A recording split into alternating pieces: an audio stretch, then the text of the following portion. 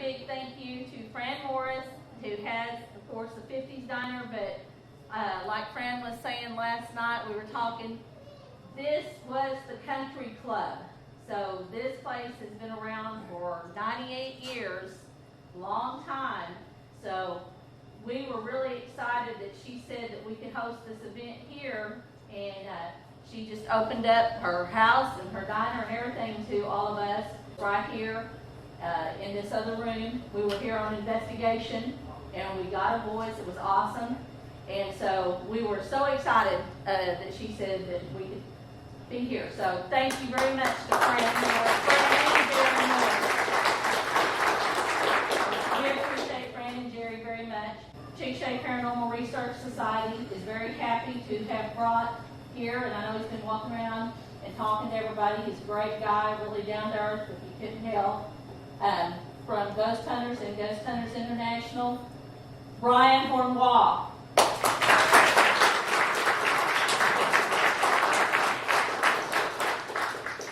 Everybody, how you doing? Thank you for coming. Second leg of the 2013 New Run Tour. I know it sounds a little weird, but hey, New Run, gotta look it up, right?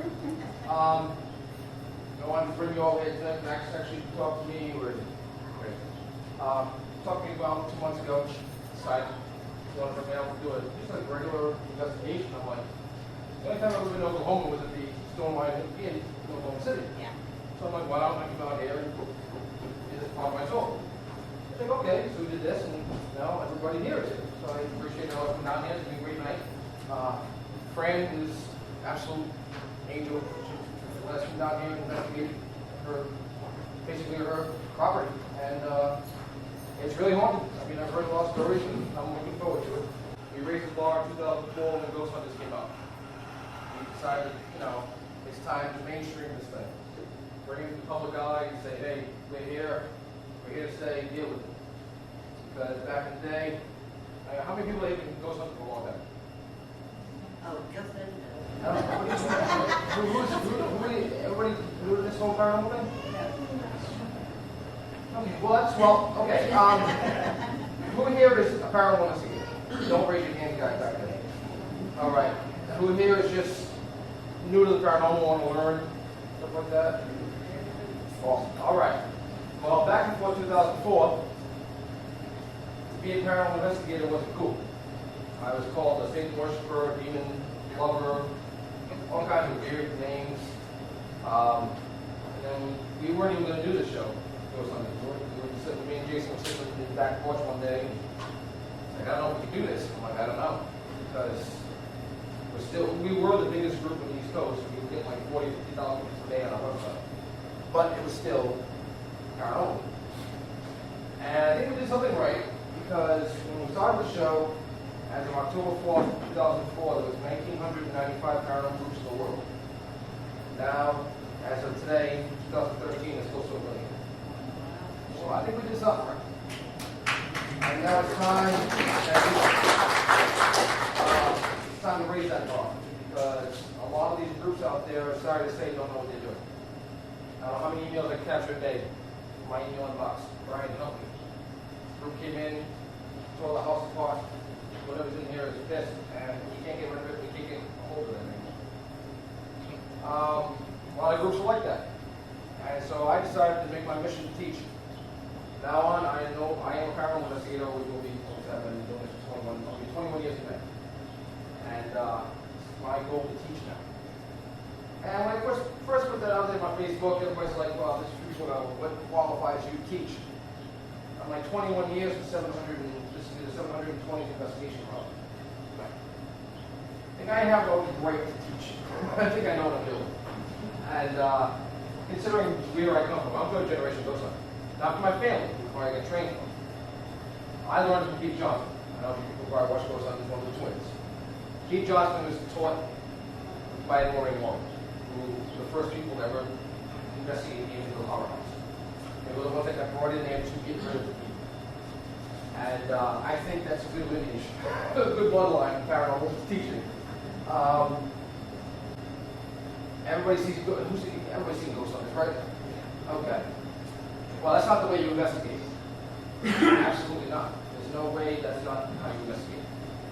You don't talk throughout the whole investigation. You don't go to a room for 15 minutes and decide to leave.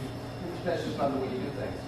The only reason you see that on TV is because if we did it the way I do it all the time, we wouldn't have a show. It'd just be a bunch of dead air, me just sitting in the corner and asking some questions every 20 minutes. You know, it just doesn't work. So, I'm here to basically, to quote Star Wars, Yoda, to unlearn what you learned, and teach you a better way. As you can see from Ghost Hunters, that basically it's not the wrong way to do things, but it's not the right way to do things. And that's why tonight you're going to learn. You're going to be taught techniques you've never seen before on TV, techniques that I've created, that I've revolutionized. I'm not trying to out and go, don't take that the wrong way. It's just something I've learned to do over the last 20 years. A lot of the techniques I have, I can never use on Ghost Hunters because they're like, oh, that's not cool to see on TV. It's time for everybody to realize that we don't even know what we're hunting. We don't know what a ghost is. Anybody here know what a ghost is? Literally what it's made of, what its consistencies are, and actually what a ghost is. I know, and nobody, I'm going to ask that all year, and nobody's going to know, because I don't know. I hope all you guys have enjoyed leaving tonight. I'm going to show you different ways to investigate that you've never seen before. Real-time EVP analysis. Techniques that you use with your senses that you wouldn't think of using. Stuff that I've just acquired over the years.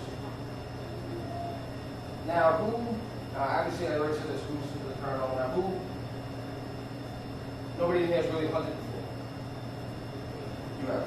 Okay. I know these guys don't raise your hand back there. There's certain characteristics of the paranormal, certain tools that are being used right now on TV that everybody was asking about. They ask me, okay, Brian, what do you think of this? What do you think of this? What do you think of this? I'm an old school guy. Give me an auto recorder, give me a video recorder, flashlight, I'm off the door. I'll catch anything for you. And I've proven it over and over. I'm a big EVP guy. Who here knows what EVPs are? Everybody? Good? All right. For those who don't, they call electronic voice phenomenon. Basically, don't watch the movie, but that's the movie White Noise. Don't watch that movie. Horrible. But those are my speciality. I love EVPs. Love catching them. Because I have a way of doing EVP work that nobody else does. Well, actually, nobody else does. I mean, the Constantinos do. I see it done at Ghost Hunting, Ghost Conventions because of the Constantinos. I do real-time analysis because I had a theory that my theory was proved. You know, you see Ghost Hunters. I've done it. You ask a bunch of questions. You finish up the night, go over the new evidence. You may catch one or two good EVPs. Well, I figured, why not do real-time analysis right there and then and find out the subjects that the ghost wants to talk about? Because they're asking, you can ask them 5 million questions, and there's only a couple things that they want to comment on. And I would do like 8, 9, 10-minute sessions and play it back. I actually did this in Voluntown, New York. I did a trip just like this back about 4 years ago. And it was basically a hotel. There's also a speakeasy, you know, basically a house, you know, something like that. And I was in one of the rooms with about 10 people. We started doing this whole real-time analysis thing. It was one of the first times I ever done it. And this is why I abide by it. I had a whole half-hour conversation. It was 27 EVPs with a lady of the night discussing monetary. Basically, she was asking money for the room. And I was discussing how much it was going to cost. And she kept answering me over and over again. I had 27 EVPs in that hour. And nobody could believe it. Everybody in the room was like, oh, so the funny thing was, I had just come to part of the convention that day. I had like a couple bucks in my pocket. I literally put the money, went on the table, and walked out. As I was walking out, you did the EVP, thank you. That was it. So she wanted to hey, leave the money, obviously, I was going to leave that. that's when I decided that real-time EVP analysis works. There's a lot of different things that work that you don't see on the shows. First off, using a flash at night, not a good idea. Especially night vision cameras. Not a great idea. What does night vision cameras do? They make nighttime the daytime. So if you're hunting a shadow person, you're just gonna blow all the shadows. I've learned a technique that I used once on Ghost Hunters International, but they don't think they showed it. I don't know why they didn't. Probably because there's no script there, night vision cameras. You know when a battery of a flashlight is dying, and that little yellow glow, it's just dimming out, you can tell the average check on batteries. Well, I save all those batteries. And then when I find out there's a house or a building that has a shadow person in it, I don't bring it with me obviously, but I have like 8 magnets. And I put all the dead dying batteries in the magnets. And I turn them on. I get that soft yellow glow. And I'll just throw it in the room that the shadow person's in, I'll throw them on one under the bed, one under the dresser, and then a crib under the crib, center of the room. In this very, very, very low, soft light place. No, the lights are already off. You just get that soft light, well, basically like full light. That's, you can see everything in the room. So I go in with the camera, 35mm, take pictures with no flash. I'll just constantly click, click, click, click, click. I actually caught one once with a shadow person sitting right in the middle of the room. And Barry was with me when we did this. I'm clicking away, Barry's sitting on the side using this flash. Every second after I click, you click. His picture, no shadow. My picture, shadow person. Because his flash blew the shadow person right out. That's why I want to show these techniques, because I know there's something out there. I've seen too much. Basically my head's probably going white because of the things I've seen. And I want people to get results. Because this is a fun little hobby, obsession, career. It's fun. It really is. They call it my addiction. It's my gambling addiction. It's when I smoke, so it's my other addiction. And it really is. Like basically, you do go to like 4 or 5 investigations and not catch anything, and then you catch that one jackpot. That books is flying around the room, and things are going and throwing things, and it's like jackpot. I just hit the jackpot, and I'm just going to keep going. And it's not going to really ever get my addiction. And that's what I want to show everybody, that it's one addiction that actually is not harmful to you. Well, I say it's not harmful, but most of the time it's not harmful to your life. Because I haven't been beat up by a ghost. So, no, seriously, I got beat up by a ghost. I had my broken nose, my ears were bleeding, like it was, bad. But I love every minute of it. So, because it shows me proof of paranormal. Like basically, I showed me proof of ghosts. Was that a ghost or? Yeah. Is that a ghost or the demon? Are they different? Oh yeah, I'm going to get into that. Because I want to basically teach you guys the basics tonight before we go and hunt. Who's here for hunting tonight? Awesome. There's, if everybody wants to write this down, they don't have to. But there's 2 books. You're really big into the paranormal and want to learn. There's 2 books that I recommend to everybody I ever see. One of them sounds really dumb, and one of them is genius. First book is Ghost by Dr. Hans Holzer. Greatest paranormal investigator that ever lived. In my opinion, greatest Dr. Hans Holzer. Holzer. He passed away a couple of years ago. I never met the man in my life, and it really upset me. I know his daughter. I know I'm being so it upset me that he passed away. But he wrote 144 books in paranormal. Like I said before, I read every single one. I actually have first editions of about 60 to 50 books. I find it like basically I'll search the globe looking for a person consoles that is everywhere. Really out there. Ghost by Dr. Hans Holzer has 3 different books in it. It has a couple of ones with stories in it, but there's one that's in there that I have you guys read. It's called The Ghost Hunter. It was written in 1961, and basically you can use those techniques now. He was way ahead of his time, way too far ahead of his time. You can take those techniques that he used back then and get results now. It's absolutely mail book, in my opinion. The other book, you're gonna laugh, Guides to Ghosts and Hauntings. Oh, the orange books, the 80s guys. My ex had one when she moved into my house. I saw it in a box of books and I laughed at it. I'm like, really? When you got this, you got this. Come on. Really? I can teach you this. But then I started reading it. There's a book I hadn't read yet. And I have about, my library is about 600 strong.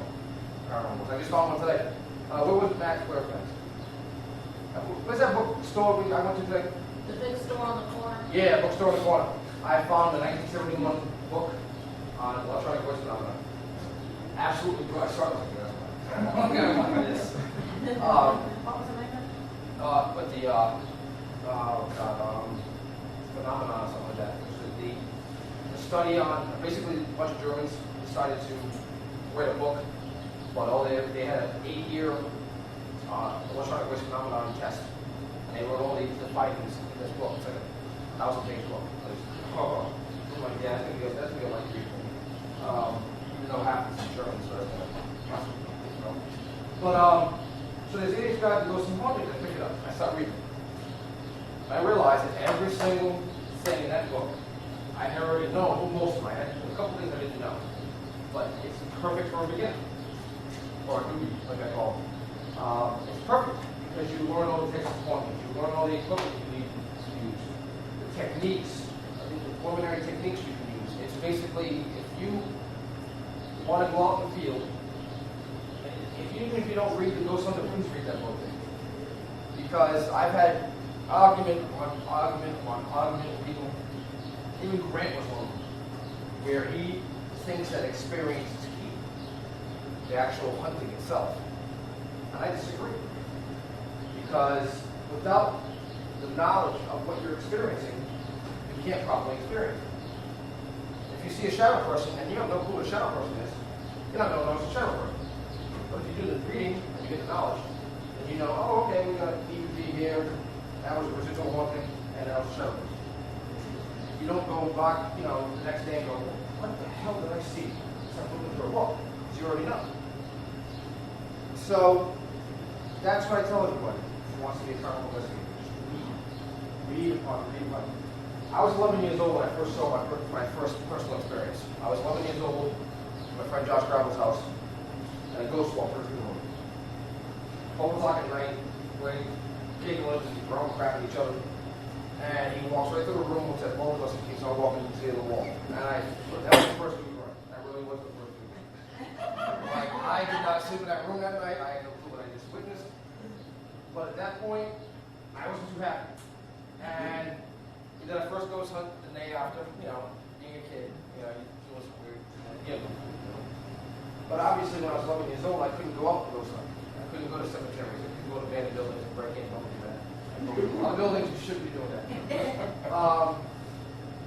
But I couldn't do that. So what did I do? Mom, you bring me to the library. Because back then there was no bookstores that had paranormal books. Everything was in British. You couldn't take out paranormal books out of the library. They were all reference books. So I think the Harris Public Library on Woonsocket, Rhode Island, and they built this new wing like 2 years after I decided, to do something. I think it was prior to all the Xeroxes I made those first 4 years. I swear to God, they don't have every roll that I just photocopy books. Like I still have them, big old box, just the photocopy books. I have originals now, first editions of most of this. But back then it was just how you read it. I read and I read and I read and I read and I was. I was the most popular kid in school. I just enthralled to paranormal. And then I started when I was 15 years old. I'll probably say it's been 21 years. I'm 36. May will be 21 years. And it's, like I said, it's been a passion. But if I wouldn't have done all that reading, I wouldn't have a clue what I was doing. And I didn't even join the group until 1999. That was my first group. I was solo for the first 10 years of my life. 8, 9, whatever it was. I used to do it solo. I was just going to buildings and going to buildings. I used to tell my mom. She just found out about this a month ago too. I never told her. She listened to a radio show I was on, and I told them that I used to tell my mom I was going to my friend Chuck's house to sleep over. I didn't go to a cemetery to sleep there. She's like, you sell them. But that's what I used to do. And it was an obsession. It really was. And now I'm where I am now. TV, radio, here, you know. But yeah, this. What I'm going to say now is I'm going to go into a little bit of the basic tension hauntings, so that when you go out tonight, or whenever you go out, even if you're not going out tonight, you go, hey, let's go to a cemetery, or let's go to that creepy old building down the street. As long as you don't break in. Please don't break in. Don't break anything. I'm usually the right enough of that last thing is. But you'll know what you're doing. You won't know exactly what you're doing. You know, it takes a long time to learn this stuff. But you'll know what's going on. There's 4 different types of hauntings. Ghosts. 4 different types. There's residual, intelligent, inhuman, and poltergeist. Back about 10 years ago, poltergeist was actually in the inhuman category. But parapsychologist actually has 2 degrees in psychology. I forget his name now, so bad it is. He has 2 degrees in psychology and he has a degree in parapsychology. He figured out that poltergeists were not part of the inhuman category. They were actually a category by themselves. There's actually a 5th category called shadow people. That's too new. I'm not going to explain that to you, but just they're like 4 or 5 foot things that walk around. They're not human. I don't know what they are. Hell, they're probably aliens. I don't know. I haven't done my research on them yet, so I'm not going to get into it.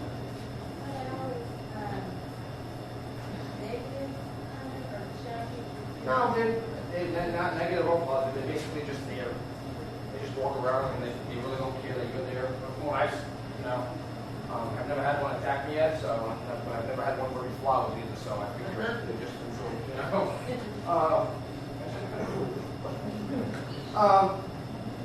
There's 4 different categories.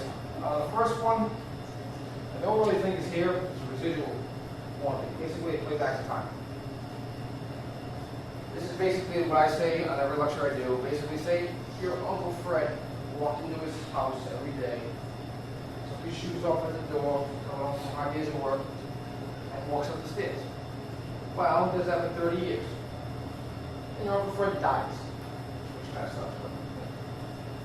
You might actually still see your Uncle Fred walk through the door, put his shoes on the floor, and walk upstairs. It's not your Uncle Fred. Your Uncle Fred is not trapped in this realm, he's not here. It's played back in time. Who here knows what the Stanley Hotel is? Stanley Hotel is Stephen King. Stanley, yeah. I've investigated the Stanley a couple times, and they always see this grand ballroom, like people will walk in there and this whole party going on. It's just ghosts. Doing their thing, dancing and mingling and drinking and partying. They're not intelligent hauntings. Play back in time. Because usually when you have a large sediment of quartz or limestone in the area, you'll catch that, those residual hauntings. Like castles. On the screams and the torture chambers and stuff, they're not really still there being tortured, it's just residual, like a turntable, a record player, or now an MP3. But that's the first one. Nothing really here like that. That's residual. And they're very hard to characterize residual because you won't really know it first. You'll see a full body apparition and go, yes, and then you realize the residual will go, crap. You can't communicate with them. They'll never talk, ever. They're not going to say hi to you. They're not going to look at you. If they're looking at you, they're looking right through you. They're not actually looking. My second favorite one is intelligent. These are the ones that can close doors and talk to you and tell you to leave and do all kinds of things that a normal person would do. Whoever seen the movie The Others with Nicole Kidman? If you've not seen The Others, watch The Others. The greatest paranormal movie ever made. Hands down, ever made. It's basically about ghosts and their normal lives. I literally stood up and applauded at the end of that movie when I went to go see it and everybody thought And if you always want to see an intelligent haunting in effect, watch that movie. Like, I never really cared for Nicole Kidman before that. I'm not really a fan, but I like her work. but I absolutely adore her. Watch that movie. It's just brilliant. They're the ones that you can talk to. They're the ones you get EVPs from. They're the ones you get, not even EVPs, you can't get EVPs with residual, you can't get voices. These are the ones that talk back to you. What's your name? Brad. What date did you die? 1948. Stuff like that. You'll get those answers. Are you still here? Yes, I am. Those are the ones that, my second favorite ones. Those are the ones that just, they're basically humans, that's all they are. They just died, they're here. But basically what I'm going to do when I die is I'm going to bother you. I decided to do that, I have one thing to bother you. Then there's the inhuman. Basically, an inhuman is characterized as human. It's a lot easier to classify than even people understand. Inhuman is something that's never walked the earth before. They are creatures that we can't figure out where they came from, but they absolutely hate us. Most of them. There's different characteristics of inhuman. There's angelic, there's demonic, and then there's elemental. Yeah. Sorry, I'm just trying to, I get to talk about so much stuff that I'm just trying to, yeah, there you go. Okay, angels obviously, are angels, the whole angel thing. Witnessed one before, I really did, my grandmother's funeral, in the church. You don't really hear about angelic hauntings because nobody's ever going to call me and say, hey, I got an angel in my house, I'm going to get rid of it. Not going to happen. I witnessed one in the church. It was really, really weird. I was crying. They thought I was crying because of my grandmother, but I don't cry when people die. I know there's another wife. I know there's something after this. That's a lot. I basically call this hell. This is basically our hell. It sucks to be here. It really does. I know they do all this somewhere else, so they saw me crying, but it wasn't because of that, because of the rush of emotion that I saw from this white light that was on top of the altar. Never saw anything like it before. It was amazing. It was like literally like washed me with like every single emotion you can possibly give somebody, and I lost it. The next one's demonic. Angelics, obviously, don't worry about it. They're cool. Demonics are the ones you have to worry about. Those are the ones you see in the Amityville Horror and The Exorcist. Those are the mean boys. There's nothing here that's evil, so everybody don't worry about that. Everybody is cool. Might get a little aggravated with you sometimes, but they're cool. Might get everybody else. They're human. These are the ones, that's the one that almost killed me. Like it literally almost killed me. There's no word of a lie. I have it on video. I've only ever watched it twice. But in the demonic entity almost killed me. They're the ones that, now see, people always say, I have a demon in my house. And I know they understand, no, you have a ghost. There's key characteristics of an inhuman, a demonic entity that a ghost can't have. It's impossible. A ghost can only lift up to like 5 pounds, maybe 10 pounds if been around for a while. They can like lift your pocketbook off the table, or sunglasses. A demonic can take the table and throw it across the room. I've seen them move refrigerators, I've seen them move couches. Went to one case one day, it was way before ghosts, it was one of my first paranormal cases in the past. Literally could not go into a room without furniture coming out. Me and Keith were getting obliterated by things. Books being thrown at our heads, doors being slammed on our faces.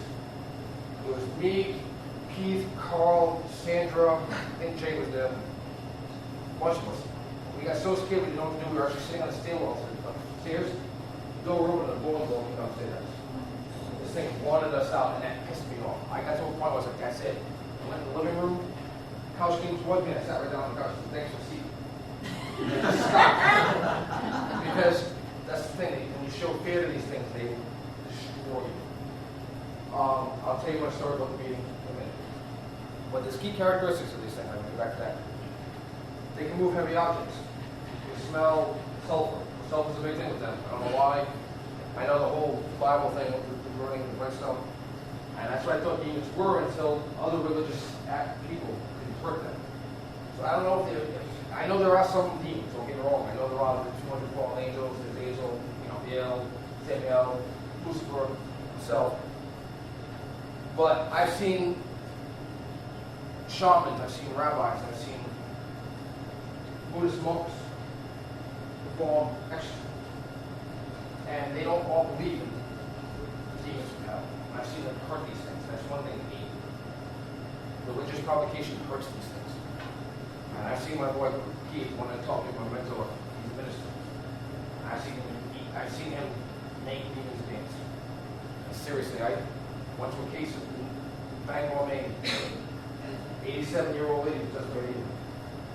And when I say possessed, I mean when she opened her eyes, they were completely black. The whites of her eyes were gone. There was nothing there. She spoke in tongues. She spoke French, but she was already French, so I understood that. She spoke Latin, and she spoke a language we couldn't understand until we figured it out it was Latin backwards. She speaks Latin backwards.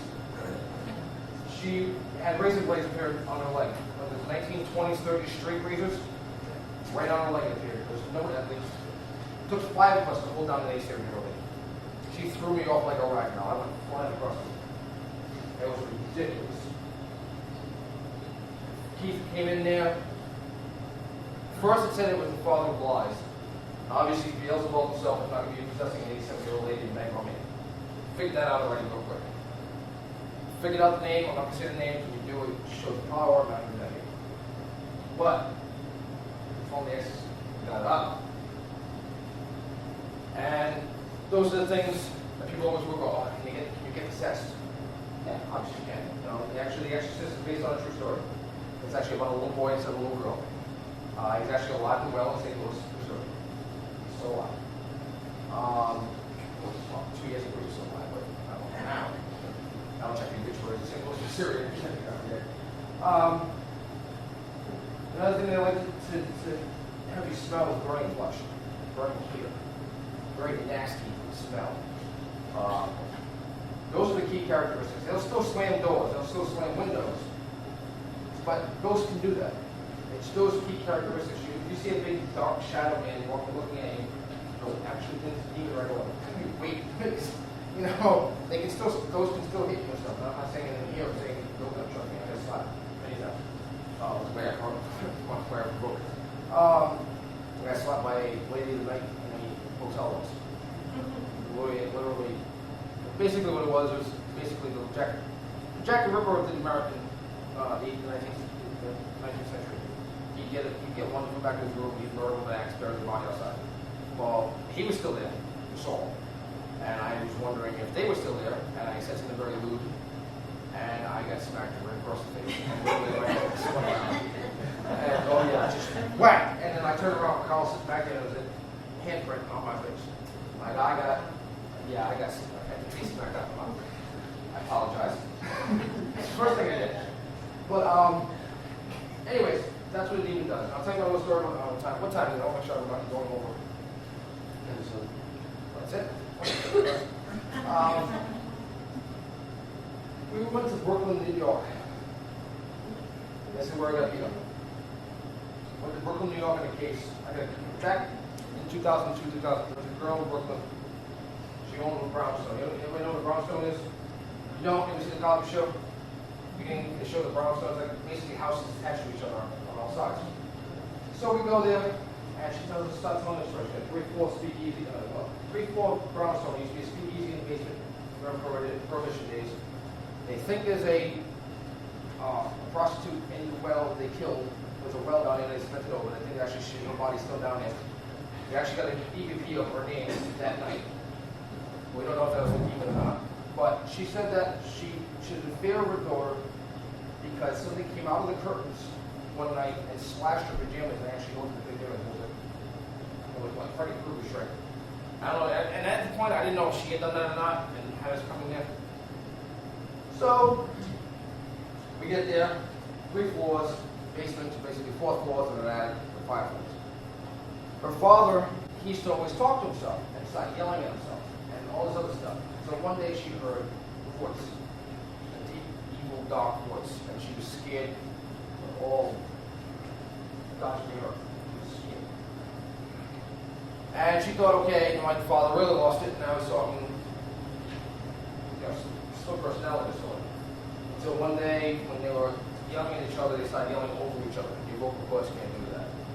Both people were screaming at each other at the same time. But anyways, she said that this thing is still there. So I pick up Keith on the way there.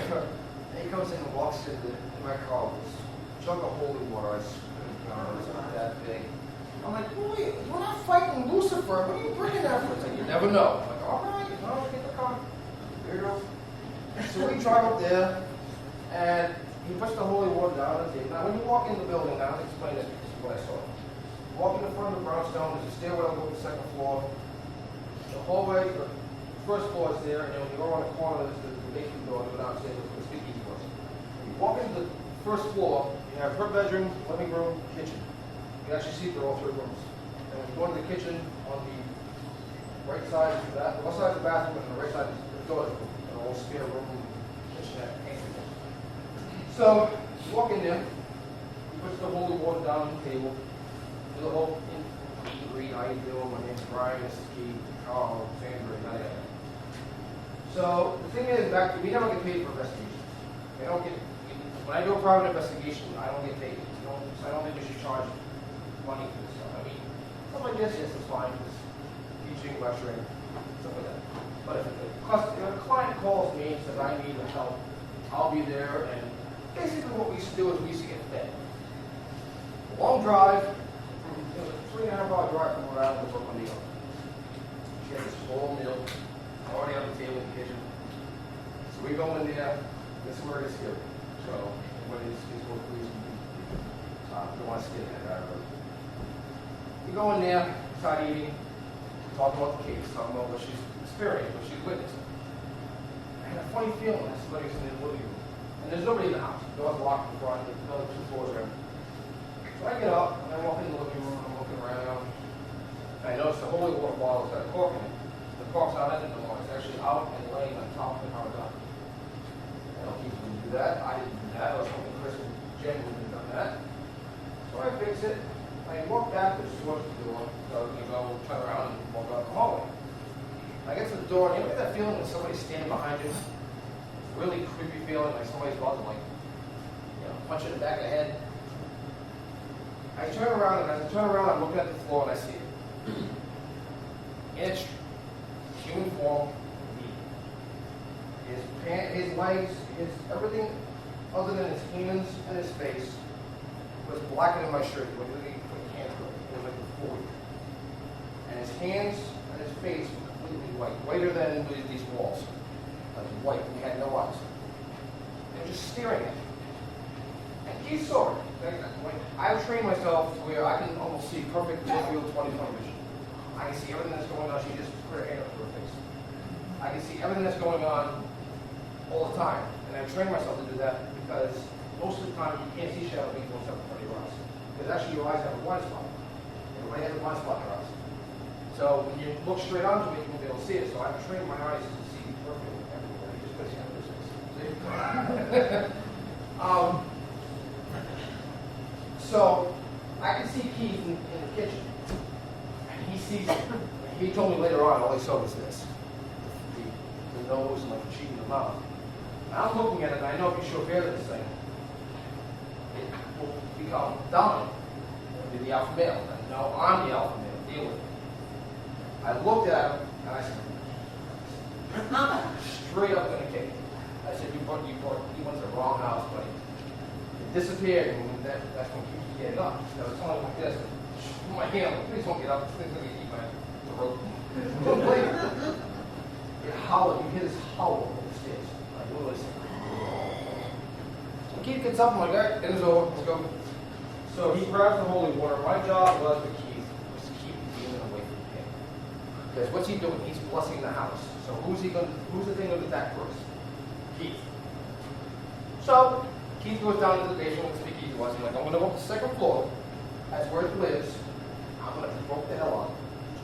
I'm gonna keep it up there. You get pissed off enough, it's gonna stay with me. You work your way up and save my ass. It's gonna be a long, hard night for you. And he goes, okay, we'll do that. So he goes out in the basement, I get my camcorder. The second floor is really weird. We walk to the second floor, basically one big long room with just pillars. So you get the living room, this little small nothing room, and the bedroom, and the bathroom inside.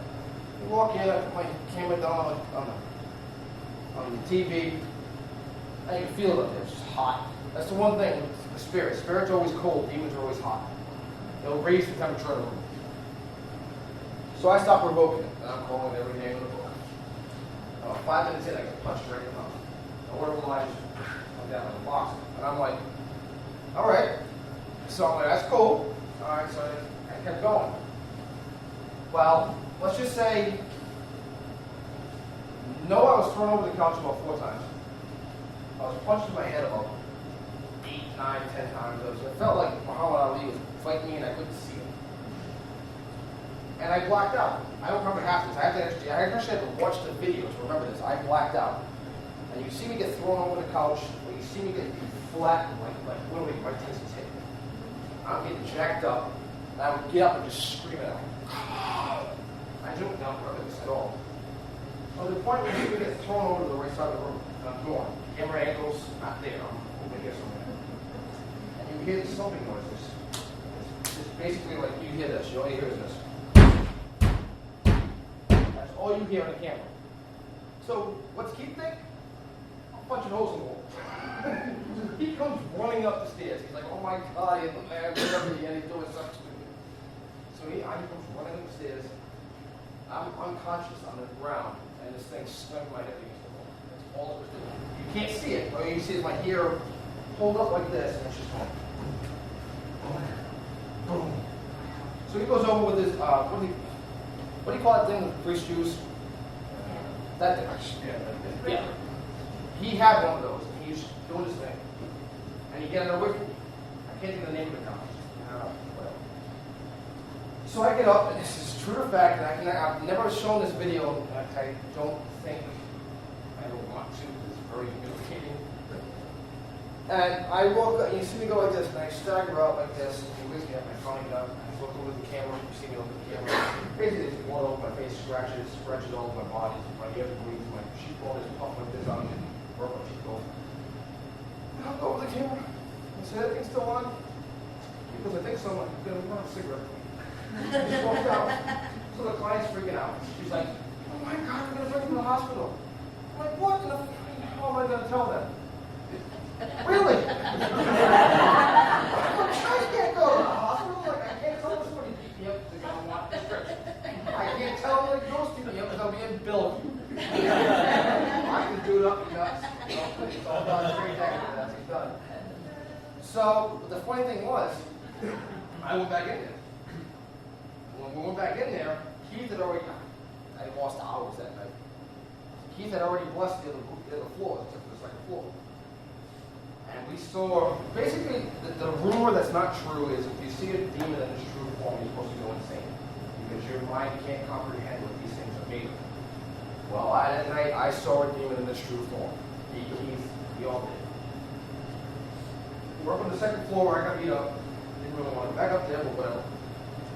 And I'm doing my thing again, basically trying to at least stand and over next to Keith, make sure you're safe. And you see it get up. You look really weird. You see this thing sitting on the bed in the room, like this gray figure. I said, Keith, tapping my shoulder. I said, Keith, look, turn around. And says, you know when you get up in the morning, you went over in the bed, you sit there for a minute, another day, down. And you're sitting there, and that's what we were doing. I was like, we're actually sitting there, away from us. And I went, hey! And the thing actually just stood up and turned around and stared at us. Like this huge head, like at least 7.5 feet, 8 feet tall. Sitting there staring at us. So I jumped over the couch and went after. I'm like, maybe I can, if it's showing this kind of form, maybe I can hit it for it. I want to hit this thing. So it disappears, so I go back into the room. And this is where it gets really freaky, and I get night terrors sometimes because I will Keith blesses the bathroom, blesses the small pantry things, blesses the bedroom, blesses the small room in the middle.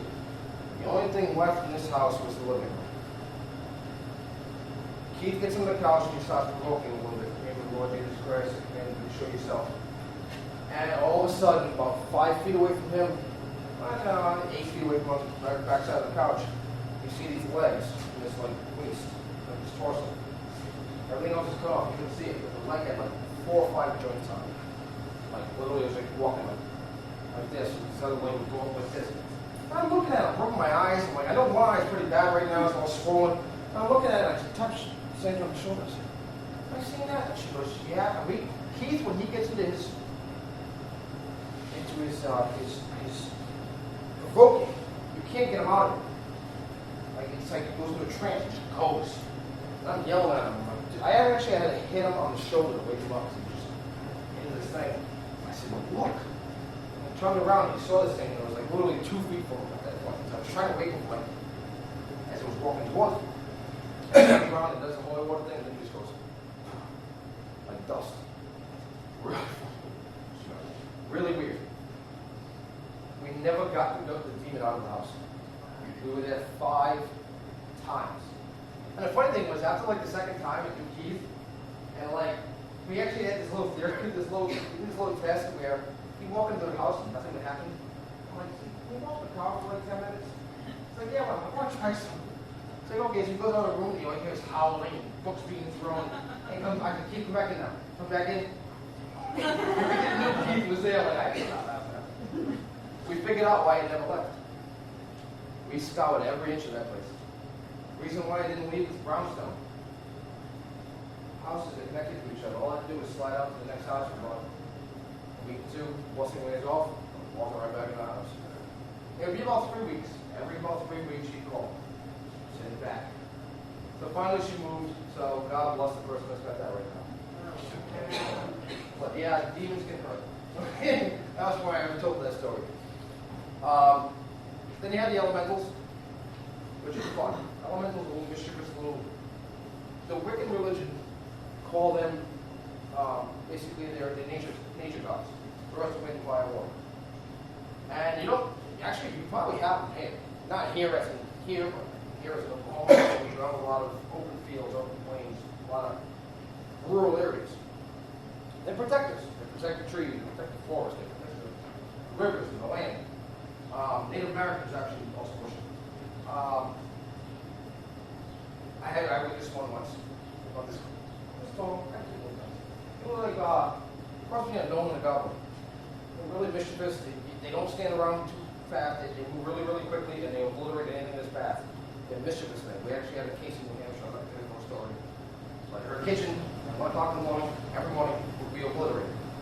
She couldn't have ceramic plates. She had all paper plates, but her pots of hands would come out of the, like, they would obliterate the whole refrigerator doors are open already, the whole pantry doors are open. They would obliterate the kitchen. And we caught it on film. And we told her, she's like, what do I do? I'm like, literally your driveway is 15 minutes of driving through a forest. You're the only person around here for like 30 miles. I'm like, move. I'm gonna move. I'm like, this is, basically these elementals have been around forever. Like, how would you like it if somebody built a house inside your home? Instead of living here. Well, that's what you're doing. You're living in their house. You know, you built your house on their land. Like, you have to, and she moved. She got out of there. So, but that's the other one. You'll see those maybe once in 1,000 cases. I've only seen one. And they're just fun. I enjoy them. Poltergeists, on the other hand, I can live without. Poltergeists are not real. I shouldn't say that. Okay. Poltergeists are not an inhuman or an intelligent. They're not humans. They have never been on the surface humans. They have never been on the surface inhumans. Basically, when a girl or boy is going through puberty or a woman is going through menopause, they create a kinetic energy that create a mischievous spirit. Just kinetic energy. Found this out through doing some research. Found this out that I talked to Dr. Robert something. I will find out tonight. I will give you that answer when I Google it. He did a study about poltergeists. He realized that when the person is sleeping that's going through this experience, they create a being that just likes to be mischievous.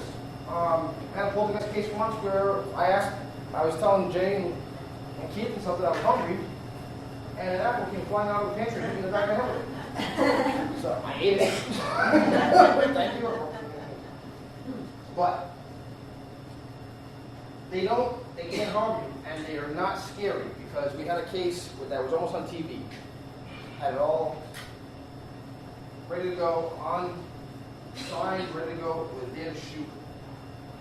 And the landlord got cold feet, decided not to want the place filmed, and she was totally, so we had the tax home team come in and take care of it. funny because when we first walked in there, me, Jason, and Steve all walked up, check out the house. It was like a condo, when you buzz in somebody, there was no condos. So, we go in there, and I close the door, and I have one of those little latch locks over it. I close the door, I just want to go, click.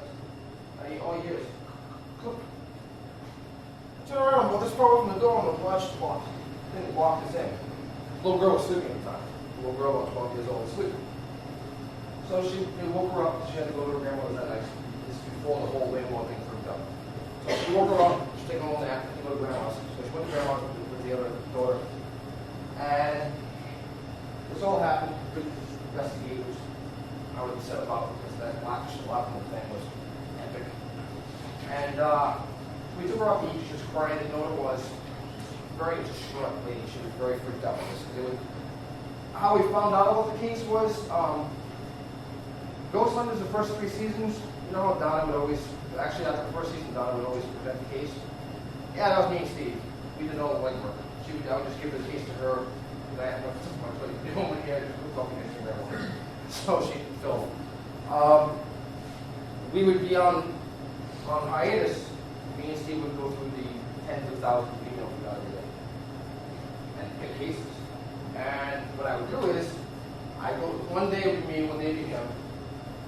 I would go through the computer and he would do phone calls. Vice versa. I was Paul, he was Bob. I wasn't Brian, he wasn't Steve. When we called people, we fixed our voice and be like, yeah, this is Paul from Google Phelps. Talk about the case. Obviously we did that once and literally on the phone for like an hour and a half talking about Ghost Hunters. So, I guess one case went pretty good. We spoke around, I said, hey Steve, let's throw the index card on that one, call this person. So he called her, and he's like, oh really, your teacups are floating. I just got up and I had to go have a cigarette. I'm like, oh my God. I'm thinking great for them. So I went outside to have a cigarette and I came back and he was already at the phone. He's like, no, this is legit news. It wasn't her telling me that she's got the phone. It was her 6-year-old daughter telling her why the teacup's floating in the kitchen. I was like, oh, here we go. So that's it. Like, because kids don't really lie for this stuff. They see too much. Kids can see ghosts.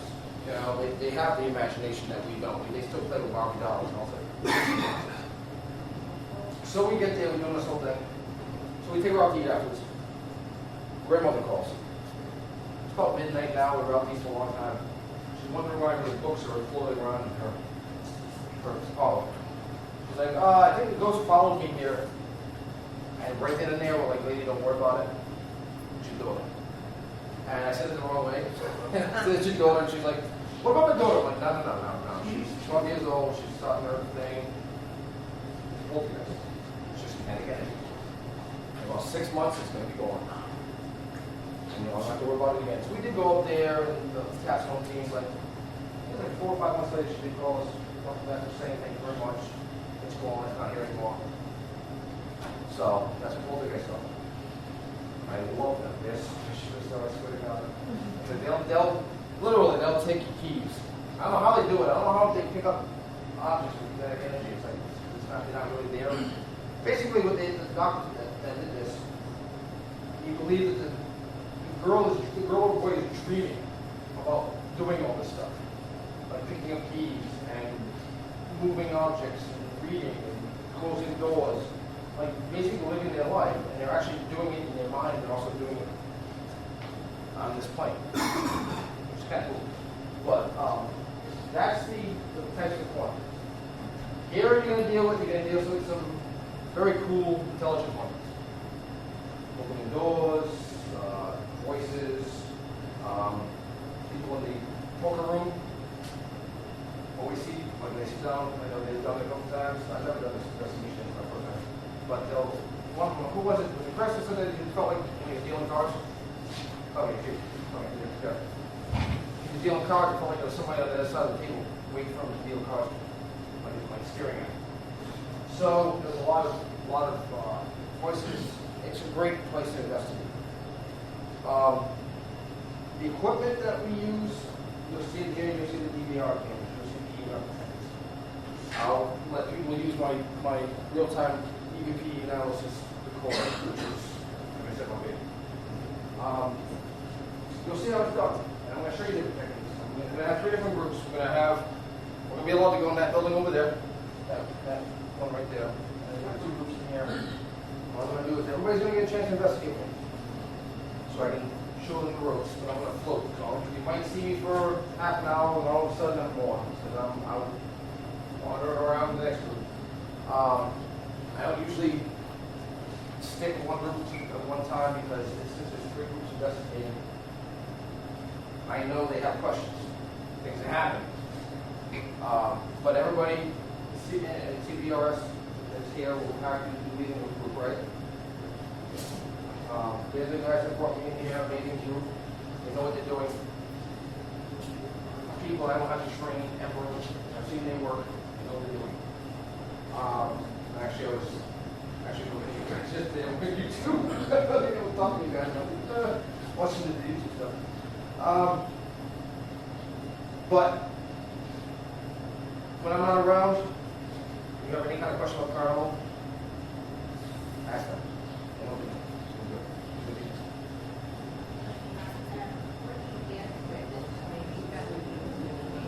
You can get, audio recorders and stuff like Radio Shack, Walmart, stuff like that. But, to get EMF detectors and stuff like that, you gotta realize all these pieces of equipment are used in other fields. They're not paranormal pieces. They're not paranormal investigating equipment. EMF devices used in electricity used. So basically, if you go online and type in EMF detector for sale, they'll come up. There's certain sites on the internet that you can buy them from. And there are certain stores too. I wanted to know, do the paranormal things happen more at night or in the day, or does it matter? Beautiful. Thank you. When you see us investigating at night, it's not because everything happens at night. It's because it looks good on TV. When I do a case, I go through this whole interview process. What kind of medications you want? No, seriously, because one lady we went to, I was on 11 docs cop today, she had a 44 Magnum loaded under her pillow, and she was afraid of those. I sat her with the thing. I pulled it out, I was like, clip, no. No, it took that gun apart. I had to hand cannon. Anyways, I asked these things. When does it happen?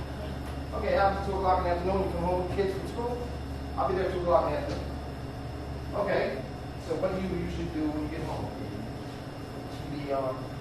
I recreate things. I'll put the TV on at night. Okay, it happens around 10 o'clock at night. Okay, what are you usually doing? Well, wife's in bed, kids are in bed. Night time in the kitchen, and I'm watching TV in the park. Okay, so at 10 o'clock at night, you go to bed, you're already in bed, you sit down in the chair, TV's on, night time. I'm ready to recreate the whole scenario. Because you don't need to have pitch blackness. Well, I've seen pitch blackness, you can't see it in the first place. So, I don't understand that sometimes. They have the night vision cameras going and they can't see in front of their face. But sometimes you have to. Sometimes they'll do it when the things come out. But no, you don't have to. You don't have to be in pitch blackness or at night. It's whenever the most experienced, most things happen. Is when we usually. And most of the time it is at night. Don't get me wrong, we do investigate it all the time. But a lot of the places we go, we don't have the luxury of asking a client. They're not coming to us. We're going to places and say, hey, that looks like a nice building. Investigate. Yeah, sure, go ahead. So we go at night because, it is creepy. And I like to do the whole right thing every once in a while. You know what I mean? I like getting scared and stuff. I like seeing things. I like provoking things. So at night, it's cool. You see the shadow first. And plus at night, if you do it at night, I have this whole saying, it's a lot easier to the spirits to see them up here. Because when you shine a flashlight during the day, you don't really see it. You shine a flashlight at night, it takes a lot less energy for ghosts to come out of it. It really does. It takes a lot less energy to show themselves. But, like I said, I try to do it when it happens. I've got it at 6 o'clock in the morning, and grab out a lot, so I'm not going there at 6 o'clock in the morning. Obviously.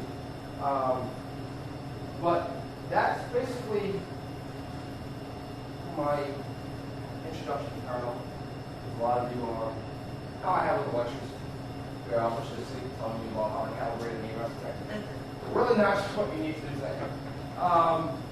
Anybody have any questions about anything I talked about?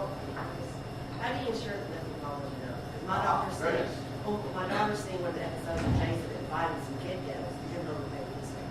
And she told me, don't invite no more. Okay, yeah, I would never. You don't invite ghosts to home. That's why nobody has to be toward us, remember? No. Well, I don't guess. Hope not. We can work them horrible. I know they make my Parker Brothers, a little piece of cardboard. It's the way you use them. And by 2004, I mean, we began kids that already confiscated, found, blessed, and burned 27 people. My case is 1999, 2004. Because people are idiots. They'll go there and say, hey, let's do a seance. So they'll call in, Uncle Fred. You still here with us? 99.9% of the time it's not Uncle Fred. It's a demon pretending to be Uncle Fred. And you're like, hey, Uncle Fred, come on in. This is cool. What are you doing? How's Grandma? And it's going to tell you all these things a lot into the house. When you get in the house and you don't seal off, there's certain things you have to say. There's certain things to open up to talk. There's certain things to do while you're doing the report. And there's certain things to close that for. And if you don't do that right away, first you get scared. Most of the time you get scared, you go to the planchette array, the boards are all across the room, the things are all broken. Now you can't close them. And all these things in your house ripping hell all the place. And then you call me and Keith and we go in there and bless it. But, to go back to your question. I envision myself in a white light. I say the same thing. I'm not religious to where I go to church. Don't really go to church. I know that's not the greatest view. But like they said, like it said in the old Sea Scrolls, Dead Sea Scrolls, you don't have to go to church to speak to me. I'm right here. And I have my own beliefs. And I've seen demons. I believe it. Hallelujah. I know there's a God. I know what's going on. And it's like that. It's something. If it's not God, there's something up there looking down on us because there's some crazy stuff going on in this world. I envision myself in a white light. I didn't do it once. On 719 investigations, I didn't do it once. I had a little girl goes to my house for 8 years. And let's just say, ever seen The Ring?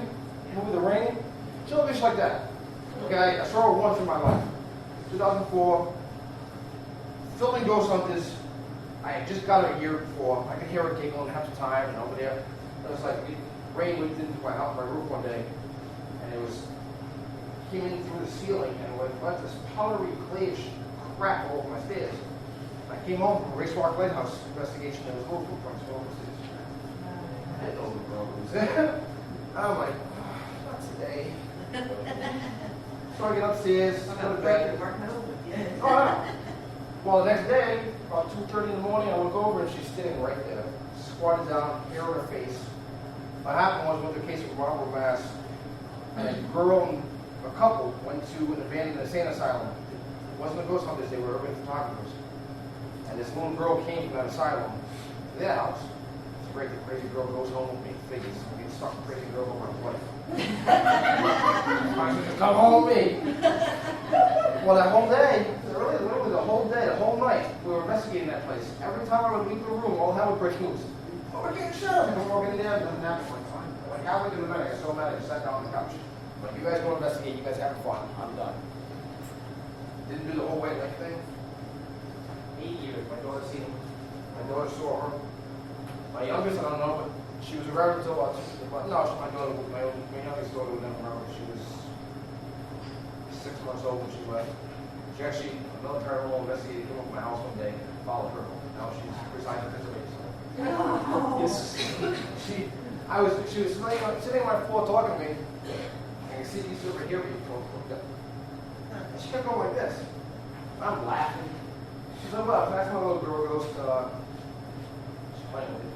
Don't worry about it. She'll leave you alone a minute. No, she came over there. She called me like 2 days later, I said, you're a jerk. I'm like, you didn't do it. So how do you get rid of the guys in the dust? 8 years I tried. I tried for 8 years. Nothing falling around like a dog. Oh no. So, anybody else have any questions? Anything? Amityville? Fun. You tell me. I haven't been. Oh, I thought you said. No. My mentor Oh. taught. I got one. Was taught by people that don't even know.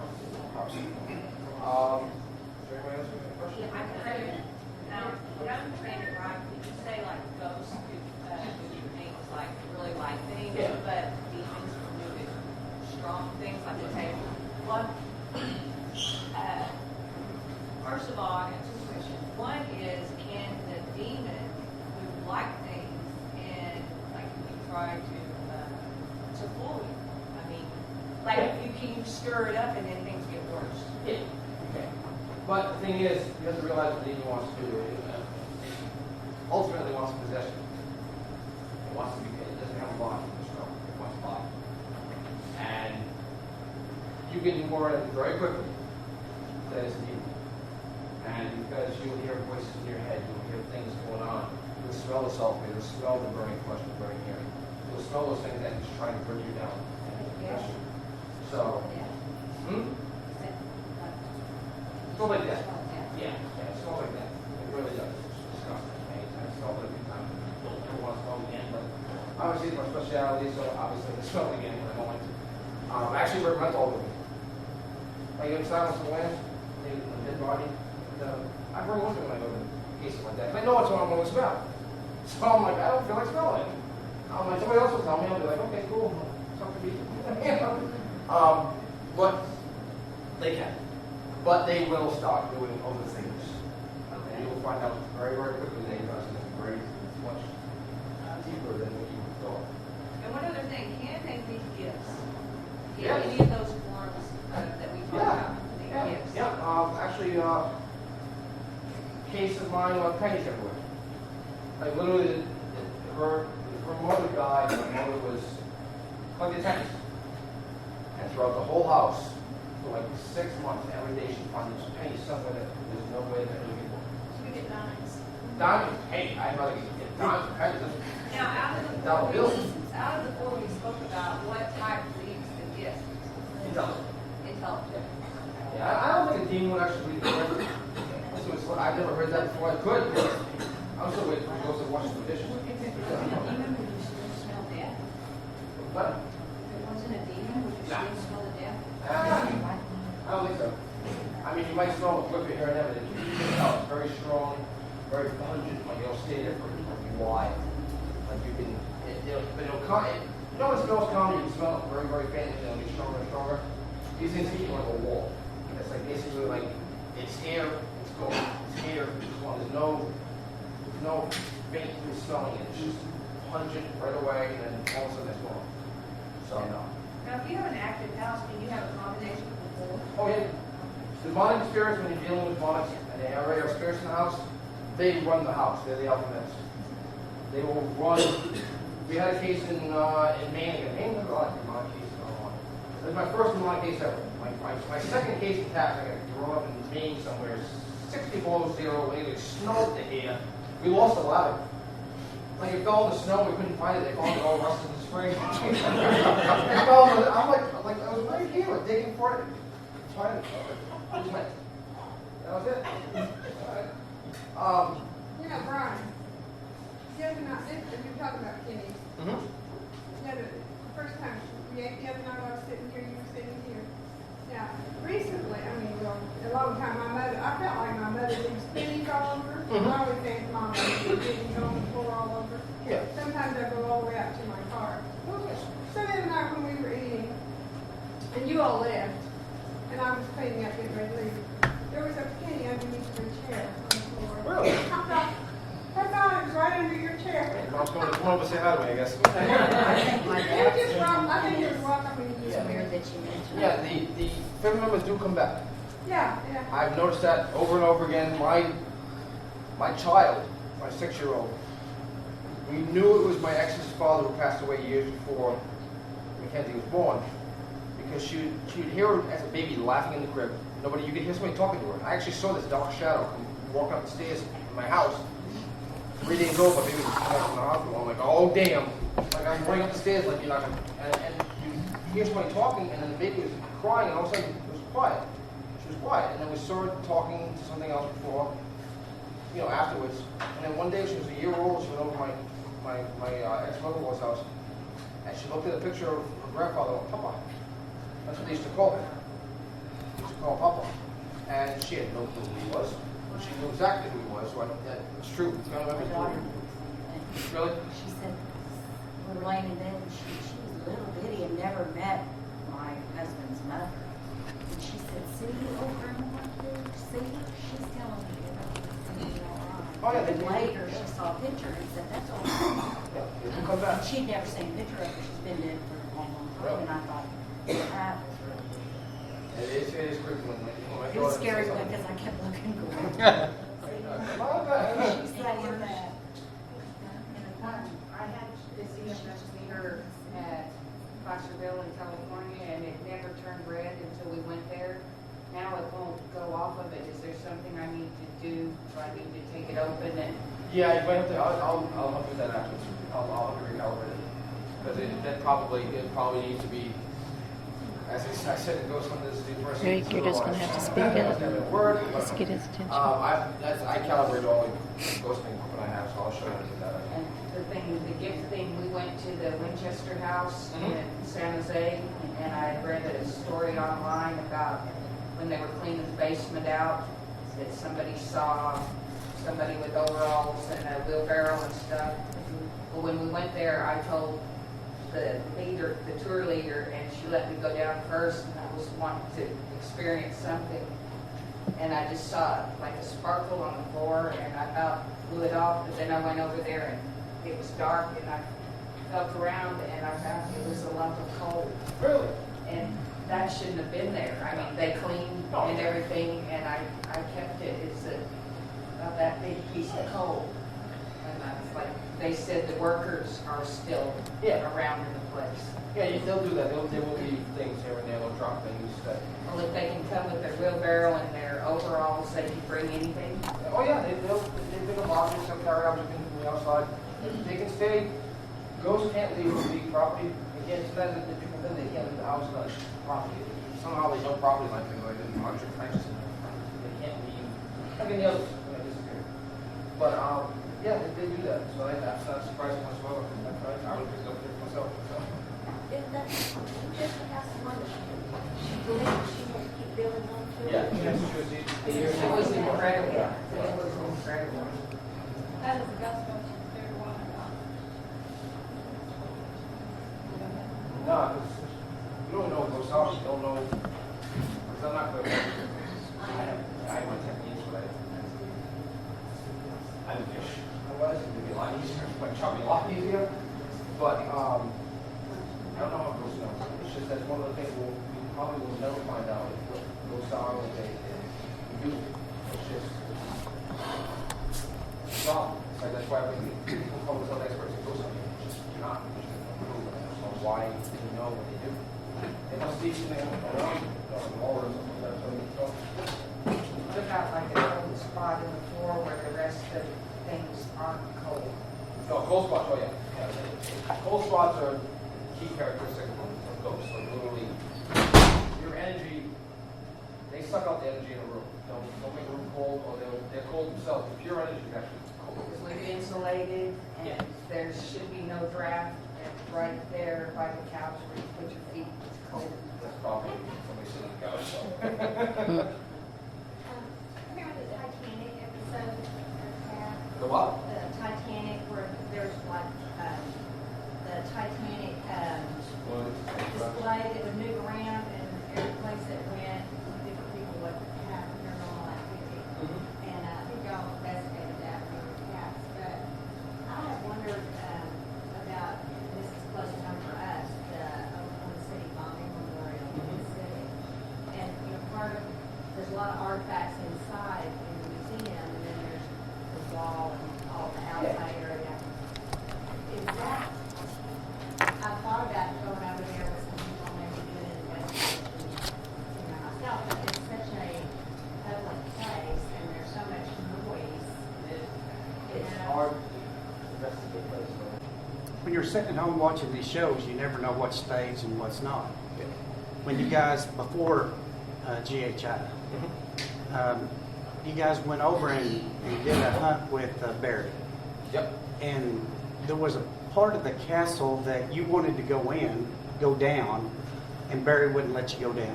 Was that staged or is that? No, Barry is very protective kind of took me under his wing because he taught me a lot of different things that I didn't realize and didn't know about paranormal. He's a very intelligent man. Very intelligent. And we knew it was down there. And he gets overprotective sometimes, so he wouldn't let me go down there because I was going to go down there. Broken. He seemed like he said what it was, but do you remember? Basically, there's either demonic or an element. One of those two. Because that's another thing. If you have ultraviolet light hurts these things. Anything inhuman, ultraviolet light hurts. We don't know why. They're not vampires, obviously. But if you ever go to an investigation and you want to create a safe room, put black lights over the doors. They can't come in. For some reason, they're not allowed to go through the black light. They can't go through walls for some reason. I don't know why. Demonic entities cannot go through walls. And so you set up black lights around the doorways, and when you go in, once you go in, you trap them too. You go, basically, you trap a ghost that way, and demonic that way, they can't get out. But that's what he had. He had that ultraviolet light. That's why we were chasing him. But he had known we had pissed off a lot, and he didn't want me to go down there and probably get myself hurt. But yeah, no, that wasn't staged. I think we ever faked was evidence for that analysis. Because after the first season, that first season of the trailer, I literally were in there for 15, 16 hours at a time, in the middle of July and August, in a tin can with no air conditioning. You watch the Bedford Armory investigation, evidence analysis. Steve actually has to pick me up off the chair and push me out the door because I was passing out. They had filmed us constantly. Cameras were in the windows and filming us for 16 hours straight. So, if you ever watch the second and third season of Ghost Hunters, when we're doing the evidence analysis, you'll see a sheet of paper in front of me. It's all the timestamps. I've already viewed the evidence days before. We finally filmed it, and those are all the timestamps that turn into the DVRs. I'd be like, oh, look what I found. You know, I had to take it. But it was better for us because then we even said it, like 15 hours of evidence review at one time. I'm going to miss something. I can't do this. So then we decided that when we're off on the road, we both do it in different, our hotel rooms review. But if we were at home, this would be my house, a big screen TV, on the DVR right on the screen, and watch it. Get some Taco Bell, relax. That's the only thing. That's the only thing that's ever been faked. There's never been any evidence that hasn't been reviewed or viewed on Ghost Hunters that when I was out. And the only thing they ever wanted us to do were things called oh shit moments, where they could cut to commercial for, like break at an oh shit moment. And it's true. Okay guys, when we get to the investigation, we need some oh shit moments. And I'm like, you do realize who you're talking about. You're going to get a couple. I'm going to jump here and there. But they've always, that's one thing they always wanted us to do. Like, okay, guys, we're going to this room, we know crap in the ocean. I'm like, I'm not going to fake one. I mean, seriously, if something happens, you're going to see. I'm going to jump up that high, It's just me. And that's the only thing that we ever faked. That, at least myself. Yeah, Dustin had experience over there. Bloodshot. Yeah. Bloodshot. Bloodshot? Bloodshot. I saw the thing. I came upstairs to talk to him. I turn around, there's a monk sitting there. I'm like, hey, what's up? And they told him, they're like, yeah, guy with a beard. I'm like, yeah. He's like, okay. They call it the blood chapel because if you don't believe in the Catholic religion, they bring you up there and throw you in the pit of spikes. Kill you. Believe in our religion? You die.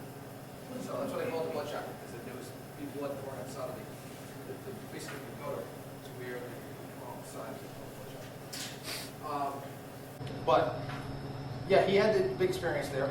Actually, I'll tell you a funny story. How long have we got? It is 7:43. But anyway, we're at Love Castle, and everybody know who Barry Fitzgerald is.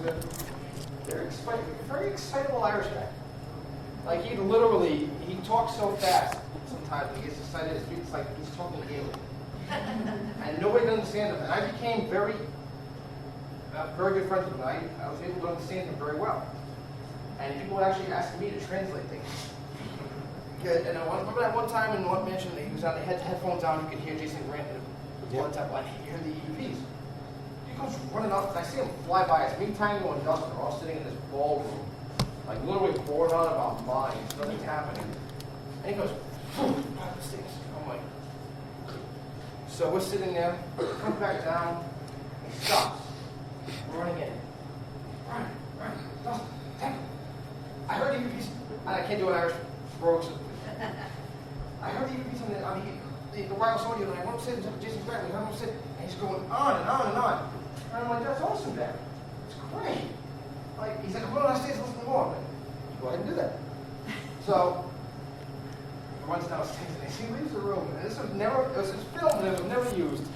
Dustin looks at me and goes, did you understand anything he said? And I said, no. I said, yeah, of course I did. And I explained. He goes, I heard 2 words. The rest were marshmallows and cereal. That was it. I never used it. I was like, I lost it. And I was basically his interpreter because I could understand the man. I was like, I said this. Oh, okay. So that's it. We have a couple more minutes. Anybody else have any questions before I start? What? Oh, you should. Oh, yeah, before. Yeah, and that's what. Yeah. What, like, after you get rid of demons, where do they go? Actually, that's a funny story. We had a literal blessing of a house. It was a demonic entity. We're in Portsmouth, Rhode Island. No, Portsmouth, Rhode Island. And we bless this house. It goes away. A day later, we get a case called in. A demonic entity. It was the house next door. They don't get their time and space to them doesn't exist. They can go from here to California like that. They're there. But they just know it's here. No, they're basically made of energy. Energy cannot be destroyed. It can only be displaced. And it was funny because we get the call for the house next door. So next weekend we go to this house. Bless that house. Next week is where we were, the house next door. Wow. Bouncing houses. And then eventually we get to the 3rd house, and we told the group of people in the 4th house to be prepared. We're coming next week. I'm like, these things all jumping houses. But they never called us, so I think it just went somewhere else. Yeah, they do whatever they want. They just show up wherever they want. And they're also, and it's funny because they're also, anybody ever watch Star Trek? Forward? Yeah. One mind? Demons are one mind. They're a unimind. One knows you. Yeah. When one knows you, they all know you. And I've learned this because I've seen what happens when Keith walks into rooms. But they don't walk into a room and everything's get real quiet. It's like the first time I've ever been there, I'm like, oh, they know you. Whatever, it's Keith. I walk away, I'm like, I'm going to get nothing done today. I thought he did a great job. What do you guys think?